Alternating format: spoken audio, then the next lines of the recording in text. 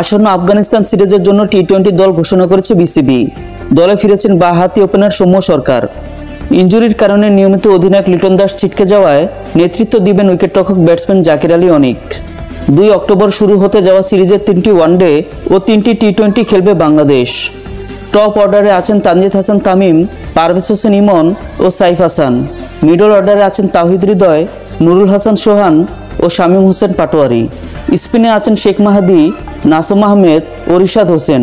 Pace আক্রমণে মুস্তাফিজ, তাসকিন, শরীফুল ও Tanzim Shakib. Allrounder হিসেবে সুযোগ পেয়েছেন সাইফুদ্দিন। এশিয়া কাপের ব্যর্থতার পর নতুন উদ্যমে মাঠে নামতে মুখিয়ে আছেন টাইগাররা। এক নজরে দেখে নেওয়া যাক আফগানিস্তানের বিপক্ষে একাদশে কারা কারা থাকছেন। তানজিদ হাসান তামিম, সাইফ হাসান, তাওহিদ হৃদয়, নুরুল হাসান সোহান, শামীম হোসেন পাটোয়ারি, জাকির আলী অনিক, শেখ মাহাদি, রিশাদ হোসেন, মুস্তাফিজুর রহমান, তাসকিন আহমেদ ও তানজিম হাসান সাকিব।